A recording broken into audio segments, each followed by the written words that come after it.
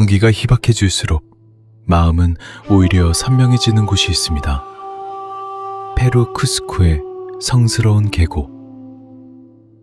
쿠스코 시내를 벗어나 산길로 접어들면 창밖의 세상이 조금씩 달라집니다. 회색 도로의 감각은 점점 사라지고 붉은 흙과 돌담, 낮은 밭고랑과 바람의 마른 풀잎, 그리고 그 사이를 묵묵히 오가는 사람들의 풍경이 눈 안으로 들어옵니다.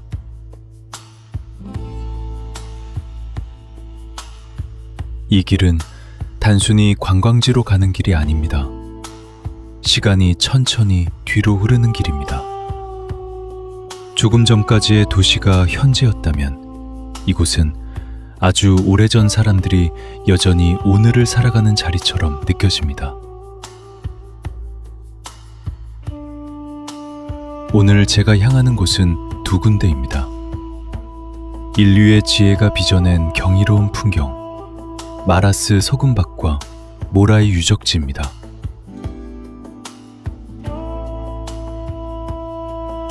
산길을 따라 오르는 내내 저는 알지 못했습니다. 저 앞에서 저토록 낯설고도 오래된 풍경이 기다리고 있을 줄은.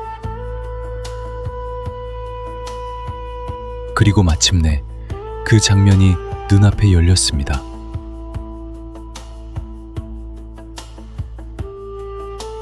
처음 이 장면을 마주했을 때 저는 한동안 발을 옮길 수 없었습니다. 바다가 없는 이 깊은 산 속에 마치 하얀 물결 같은 것이 산비탈을 따라 끝없이 펼쳐져 있었기 때문입니다. 해발 3,000m가 넘는 안데스의 비탈, 그 비탈을 따라 눈부신 하얀 연못들이 켜켜이 이어집니다. 멀리서 보면 마치 누군가 산 위에 소금을 뿌려놓은 것 같고, 또 어떤 순간에는 구름의 조각들이 산허리에 내려앉은 것처럼 보입니다.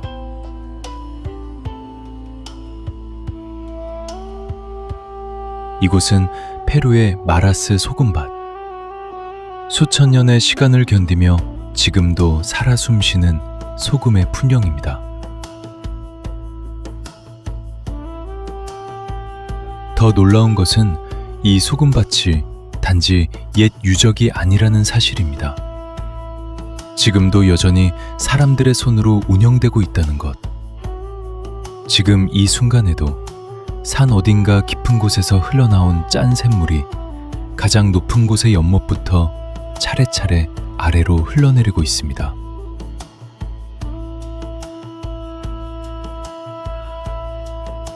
물은 쉬지 않습니다. 그리고 사람들의 일도 멈추지 않습니다.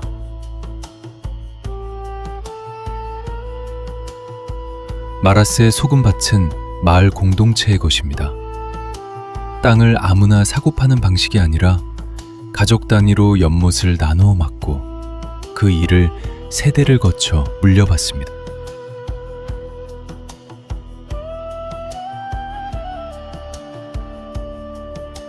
그러니 저 멀리 보이는 저 한 사람도 어쩌면 할아버지의 할아버지가 일했던 바로 그 자리에서 오늘 하루를 시작하고 있는 것인지도 모릅니다.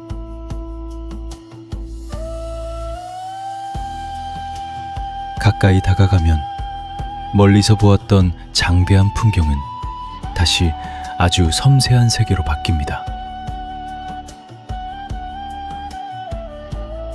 연못 가장자리에 하얗게 굳어있는 소금 결정들, 햇빛을 받을 때마다 반짝이며 부서지는 작은 빛들, 거칠게 갈라진 표면과 그 속에 쌓이는 시간의 추미들.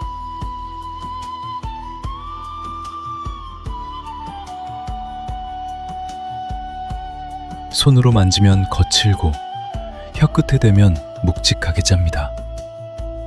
이것은 단순한 소금이 아닙니다. 땅과 태양과 바람과 기다림이 함께 빚어낸 맛입니다.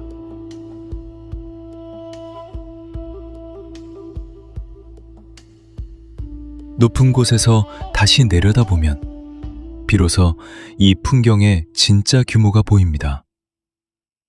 3,000개가 넘는 크고 작은 연못이 산비탈을 따라 촘촘히 이어져 있습니다.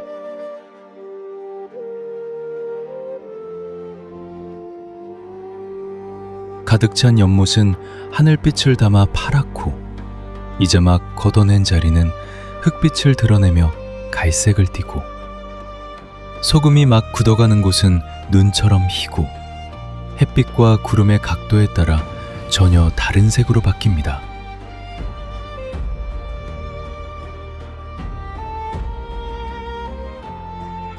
같은 장소인데도 시간에 따라 풍경의 표정이 완전히 달라집니다. 그래서 이곳은 한 번 보는 것으로는 다 본 것이 아닙니다. 잠시 멈추어 오래 바라볼수록 더 많은 이야기가 떠오르는 곳입니다.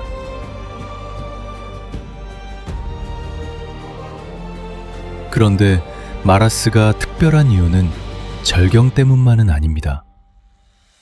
이 소금밭이 지금까지 살아남은 진짜 이유는 결국 사람에게 있습니다.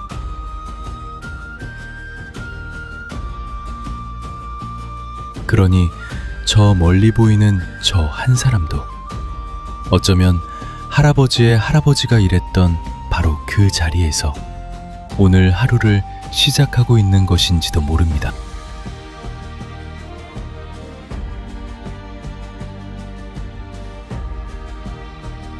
가까이 다가가면 멀리서 보았던 장대한 풍경은 다시 아주 섬세한 세계로 바뀝니다.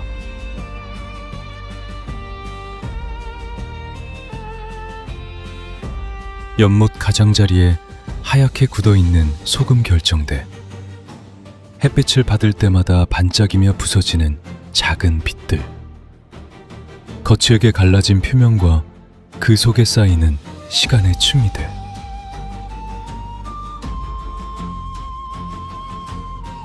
손으로 만지면 거칠고 혀끝에 대면 묵직하게 짭니다.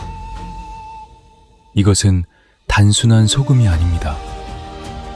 땅과 태양과 바람과 기다림이 함께 빚어낸 맛입니다.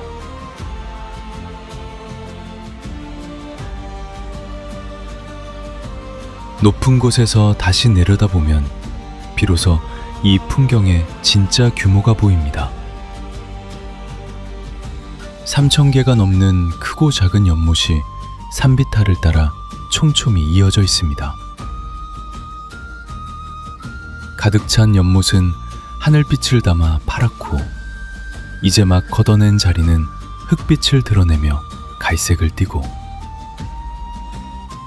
소금이 막 굳어가는 곳은 눈처럼 희고 햇빛과 구름의 각도에 따라 전혀 다른 색으로 바뀝니다. 같은 장소인데도 시간에 따라 풍경의 표정이 완전히 달라집니다. 그래서 이곳은 한 번 보는 것으로는 다 본 것이 아닙니다. 잠시 멈추어 오래 바라볼수록 더 많은 이야기가 떠오르는 곳입니다. 그런데 마라스가 특별한 이유는 절경 때문만은 아닙니다.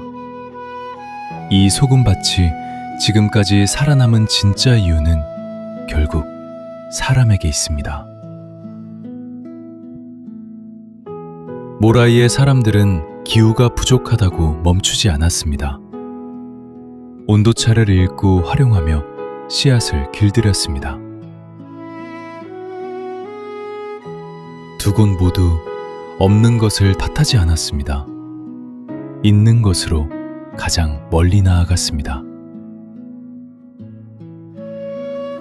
저는 이 대목에서 오래 서 있게 됩니다. 우리의 삶도 그렇지 않을까요?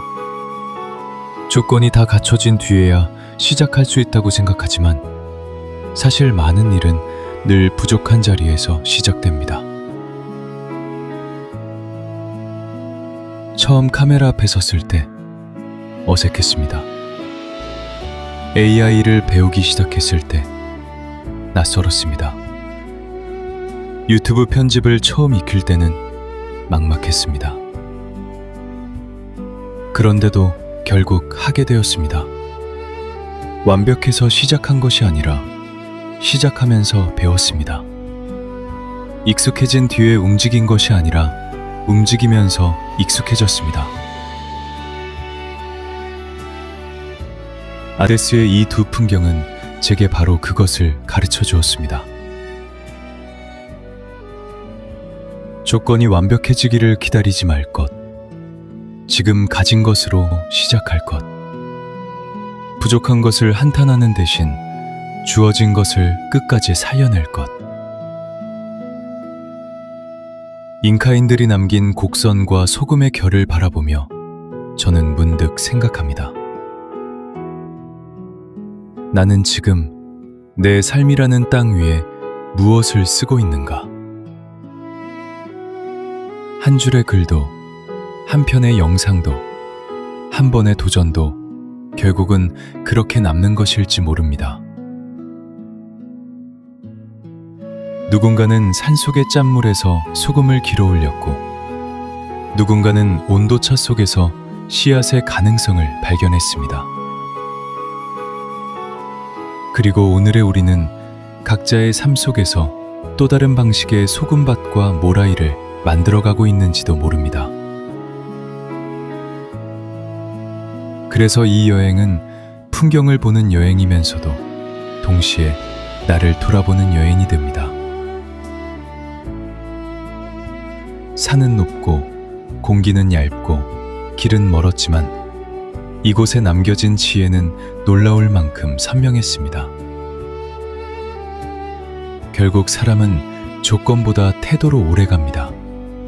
환경보다 의지로 길을 냅니다. 그리고 문명은 크게 소리치는 곳이 아니라 묵묵히 이어가는 자리에서 완성됩니다. 페루의 성스러운 계곡, 마라스 소금밭크와 모라이 유적지. 이곳은 제게 말했습니다. 지금 가진 것으로도 충분히 시작할 수 있다고. 포기하지 않고 이어가는 손끝이 결국 시간을 이긴다고. 다음에는 또 어떤 길에서 여러분과 만나게 될지 저도 설렙니다. 이 영상이 좋으셨다면 구독과 좋아요로 함께 해주세요. 여행은 지나가도 그 길에서 얻은 깨달음은 오래 남습니다. 다음 영상에서 뵙겠습니다.